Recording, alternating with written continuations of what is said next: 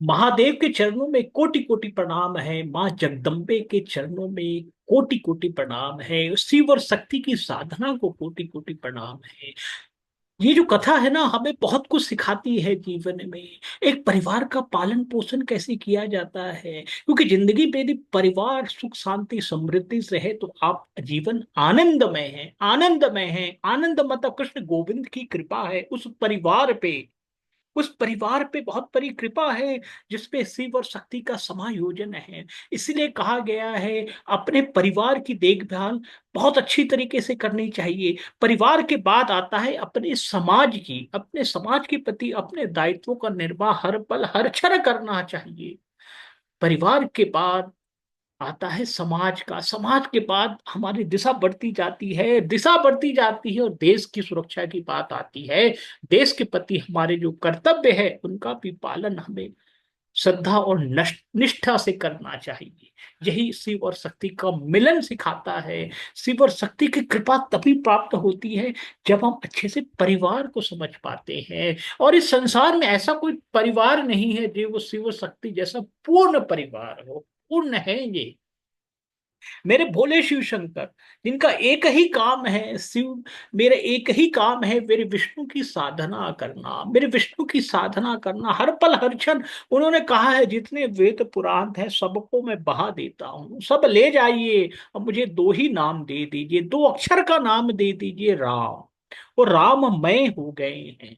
भोले शिव शंकर राममय हो गए हैं। हर पर हर क्षण साधना में रहते हैं। और ऐसी साधना कि कामदेव भी आ जाए तो भी भस्म हो जाते हैं। इसे कहते हैं पूर्ण साधना, पूर्ण प्राप्ति। कहते हैं ना भोले शिव शंकर राम एक हो जाते हैं, ऐसी साधना होती है भोले शिव शंकर की।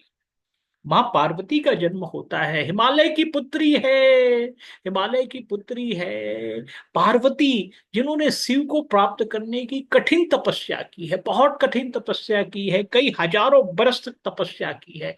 मोरे भोले शिव शंकर के साथ विवाह हुआ है, जिसे कहते हैं महाशिवरात्रि आने वाली है, मेरे भोले शिव शंकर का विवाह होने वाला है। शिव और शक्ति का मिलन है। ये कहते हैं ना परिवार में पति पत्नी का जो मिलन है हमें दिखाता है हमें शिव और शक्ति की तरह रहना चाहिए। लेकिन इस संसार में सबसे बड़ी गलती क्या कर दिया है, हमने महिलाओं को, अपनी माता बहनों को अबला नारी के रूप में डेफिनेशन कर दिया है। जो अबला नारी का जो डेफिनेशन है, जो टैग लगा के रख दिया गया है भारत देश में, इसी कारण भारत देश में आज भारत देश की दुर्दशा है कि सभी कंट्रियों में भारत देश बहुत पीछे चला जाता है। यदि इस अबला नारी को कहते हैं उसका डेफिनेशन बना के चेंज कर दिया जाए, शक्तिशाली है, शक्ति की पूर्ण शक्ति है। हर एक महिला, हर एक महिला, चाहे वो बेटी है किसी की, किसी की बहन है, किसी की पत्नी है, किसी की माँ है, सबको शक्ति के अवतार के रूप में देखना शुरू कर दे आप, तो शिव और शक्ति का मिलन हर घर पे होगा। शिव शक्ति का मिलन हर घर पे होगा भैया। क्योंकि शिव जो कहते हैं ना पुरुष प्रधान जो कहते हैं, उसकी जवाबदारी है संसार के प्रति, परिवार के प्रति। बाहर जाके काम करता है, हर प्रकार के काम करता है, घर में धन लक्ष्मी वैभव लेके आता है। लेकिन जो हमारी माँ है, जो हमारी माँ है, वो क्या करती है, घर का देख रेख करती है, बच्चों का देख रेख करती है, खान पान की व्यवस्था करती, समाज में अपनी मान प्रतिष्ठा बनाने में काम करती हैं। और उस नारी को यदि अबला नारी कर दीजिए तो फिर क्या होगा जीवन में। ये जो जीवन की जो गाड़ी है ना, दोनों पहिए हैं, ये जो तराजू के दोनों पहिए हैं, दोनों बराबर होना चाहिए भैया। एक घर में यदि जिस भी घर में स्त्री का सम्मान नहीं है, वहां शिव और शक्ति का मिलन नहीं हो सकता, वहां शिव और शक्ति की कृपा दृष्टि हो ही नहीं सकती। यदि आपको शिव और शक्ति की कृपा दृष्टि पानी है तो महिलाओं का सम्मान करना शुरू कर दीजिए। आपके घर में आपकी बहनें होंगी, माताएं होंगी, भाभी होंगी, जितने भी महिलाएं हैं सबका, इवन काम वाली भी आती है आपके घर में, उसका सम्मान कीजिए, क्योंकि हर कोई शक्ति का स्वरूप है भैया। एक कथा आती है ना जिसपे आज चर्चा चल रही है, प्रयागराज में। प्रयागराज में क्या गिरा था, अमृत की बूंदें गिरी थी भैया। जब देवताओं और राक्षसों में बहुत ज्यादा युद्ध हुआ था तो समुद्र मंथन हुआ। समुद्र मंथन से क्या निकला, सब बहुत कुछ निकला समुद्र मंथन से, लेकिन सबसे इंपॉर्टेंट है जिसके लिए आज प्रयागराज पे महाकुंभ का आयोजन है, अमृत की बूंदें हैं भैया। उस अमृत की बूंदे से पहले निकलता है सरासर जहर निकलता है, विषैला जहर। सब कोई भाग गए हैं, राक्षस भाग गए, देवता भाग गए। एक ही शर्त थी समुद्र मंथन की, जो भी निकलेगा उस पदार्थ को ग्रहण करना होगा, ग्रहण करना होगा, छोड़ नहीं सकते, क्योंकि मेहनत की है। कहते हैं ना, मेहनत करोगे तो फल जैसा भी मिले उसे स्वीकार करना पड़ता है, यही शर्त थी भैया। तो भैया समुद्र मंथन में अमृत से पहले निकलता है सरासर जहर। अब कौन ग्रहण करे, सब एक दूसरे की तरफ देख रहे हैं, सब भाग रहे हैं। मोरे भोले शिव शंकर सामने आ गए हैं, मेरे भोले शिव शंकर। क्योंकि जब भी समाज की, देश की सुरक्षा की बारी आती है, मेरे शंकर हमेशा पतष्ट रहते हैं। सबसे पहले वो हाजिर हो जाते हैं भैया। मैं ले लेता हूं इस जहर को, और जहर की हुंडी लेके पी जाते हैं, सटासट सटासट पी जाते हैं।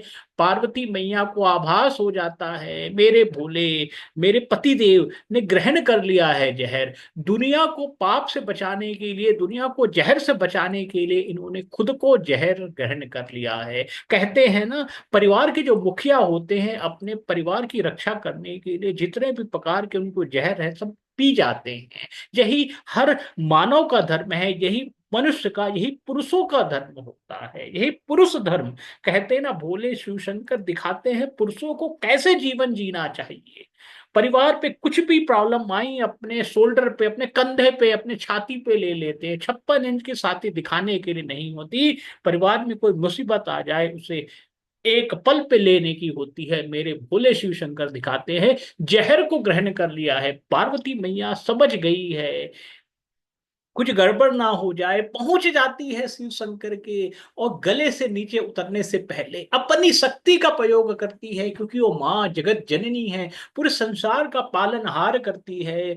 गले पे रोक देती है, वहीं से मेरे नीलकंठेश्वर भोले शिव शंकर का जन्म होता है।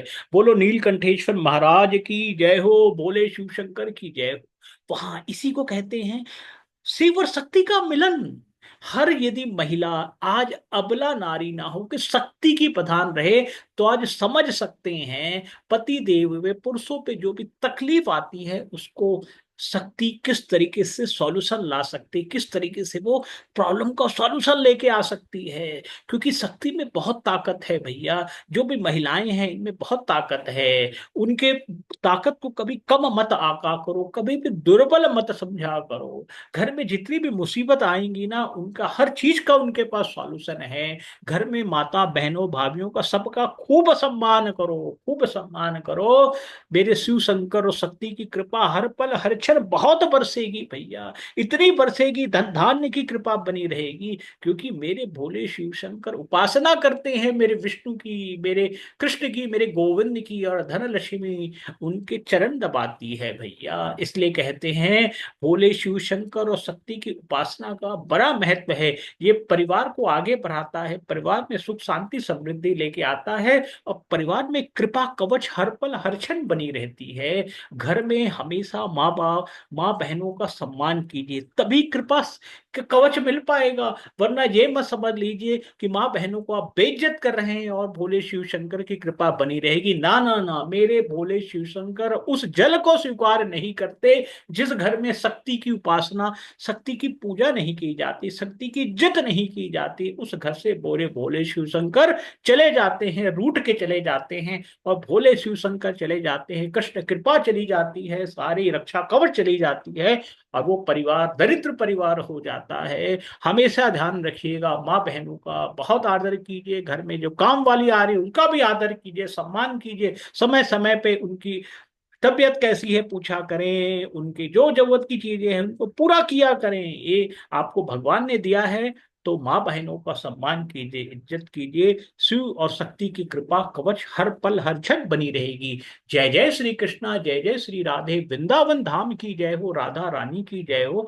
हम सब पर राधा रानी की असीम कृपा बनी रहे, असीम कृपा बनी रहे, असीम कृपा बनी रहे। महाशिवरात्रि का पर्व आने वाला है, उस पर्व की ढेर सारी शुभकामनाएं हम सब पर भोले शिव शंकर हर हर महादेव की कृपा बनी रहे। जय जय श्री कृष्णा, जय जय श्री राधे।